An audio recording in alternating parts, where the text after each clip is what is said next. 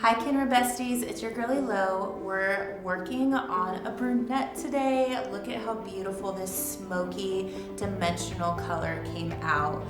We are going to do this in such a minimal and easy way that you'll be able to recreate this on any brunette that sits in your chair. Let's get started. We have our sectioning for C, and I've pretty much carved out this large diagonal section over the ear and behind the nape. This is where we're going to start with our foil placement. And to make this beautiful and impactful, we're going to start just behind the ears on each side. We're going to plug in some panels and tip outs. We're going to start behind the ears because what you see draping over the shoulders is in this section. So I want this to be able to be lifted in light early on. To start this technique, I'm going to take a pretty nice section right by her nape. We're going to tease up and lay in the first foil. I don't want this section to be too thick. The thinner and finer we can create this weave, the better the lift will be. So I want to almost be able to see through this section.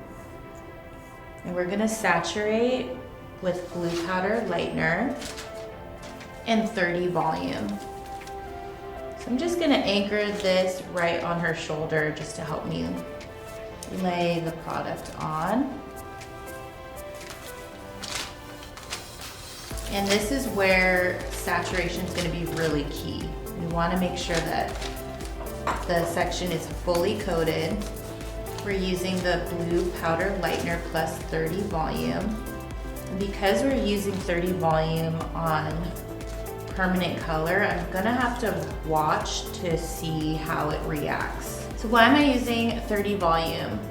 Well, let's look at what the other volumes will offer. 10 volume, we would be here all day trying to get the lift through her black base color.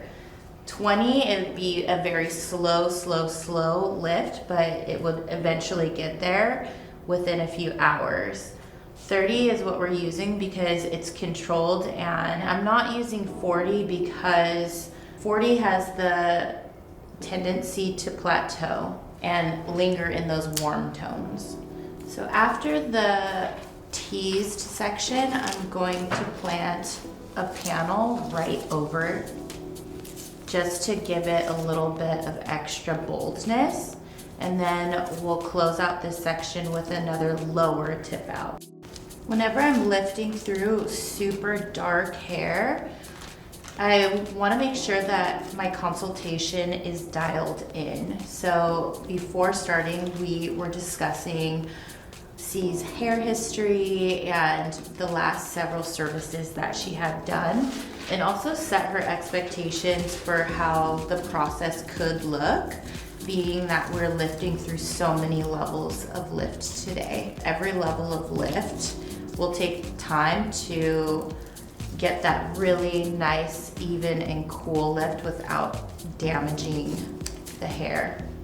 Okay, now we're in our final section, and I want to take this into a chunkier woven pattern, and then we'll tease up the section. The more you tease, the further the placement falls, and when you're looking to stagger dimensional high points, you want to make sure that you give yourself a good amount of tease so that you're not just making blocky placement choices. And instead of folding up the foils, I'm just sandwiching the foils together so that we don't get any creases. You don't want any of the product to be unevenly distributed in the section. So this is our right section. We're going to go ahead and copy the same placement on the other side. So now that we have her base set around her shoulders, it's now time to go around the sides of her face. And so I gathered a larger section that will drape down as she wears her hair down in front of her. We're gonna go ahead and tease this section just like we did behind her ears. And we're gonna add a pretty bold tip out here. This is gonna set us up really beautifully on each side to frame her face. And then as we build towards her money piece in her hairline, we'll kind of bring all those ribbons together in a really dynamic way. So we're gonna start with that tip out, and she has a good amount of teasing here because I want it to actually diffuse quite a bit. So whatever we do on one side, just keep in mind we're gonna do it on both sides.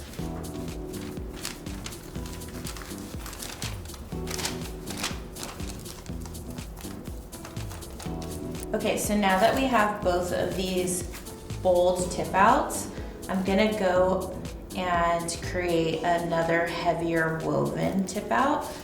The reason this is important is I don't wanna lose that brunette in her hairline because it's gonna support how bright the appearance of her dimension looks. So we don't wanna get carried away and lose all that. So I'm just gonna create a teased out dimensional pickup. Okay, so she's looking really good. We can see that we have some of her bold dark peeking through, which is very intentional. And now we have these bangs. Instead of treating them separately and going in like this with the tip out, I'm just gonna slice right across and basically treat this as one section. So just like the ones before, we did a tease and then a heavy woven pickup. That's exactly what we're going to do in this area.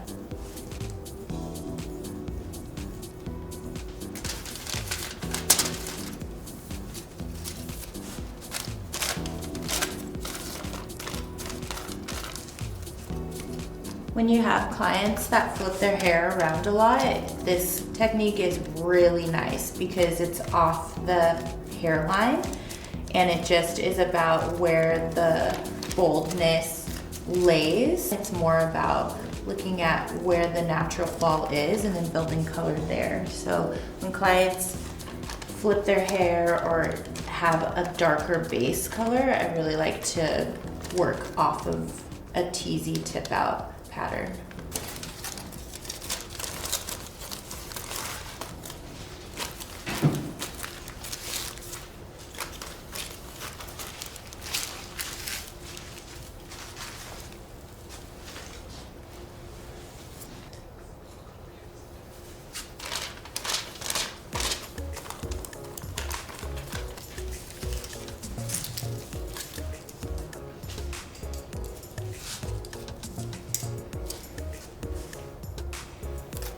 Now we're gonna move towards the sides of her hair. So I'm just gonna let down these sections that will lay forward over each side. Looking at the side of her hair, what we want to create is more complementing soft ribbons. So she has a good amount of hair in here. I don't want to get into her interior. What I would like is to create a veil. And the fact that her interior is gonna have depth that carries all the way through to the tips is good because we don't want to have too heavy of an ombre aesthetic. So I'm just going to carve out this top section, pulling out her interior, and then we'll create a heavy weave, tease, and then lay the foil in. Then that will give us some ribbon-y fluid color that connects everything together without making her too light.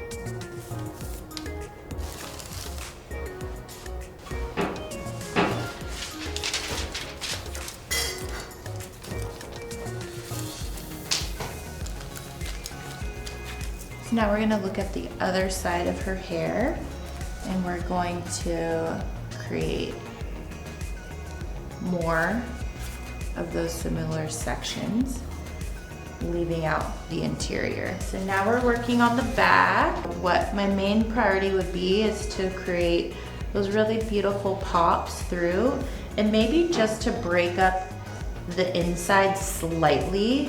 We want to embrace her richness. I'm gonna add a little slice in the inside of her hair. Take about 2 fingers of another section on top of it and add another one, and then we'll do a textural weave at the crown. Sometimes when I'm taking a bigger section, I'll just paint on the front and back and then lay it on the foil.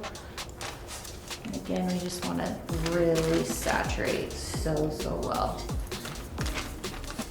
We're ready for our final section in the crown. And I think what will suit us best is just to visually look at where we want to see those high points. So I'm gonna come in and plant one on each side and then one along the middle.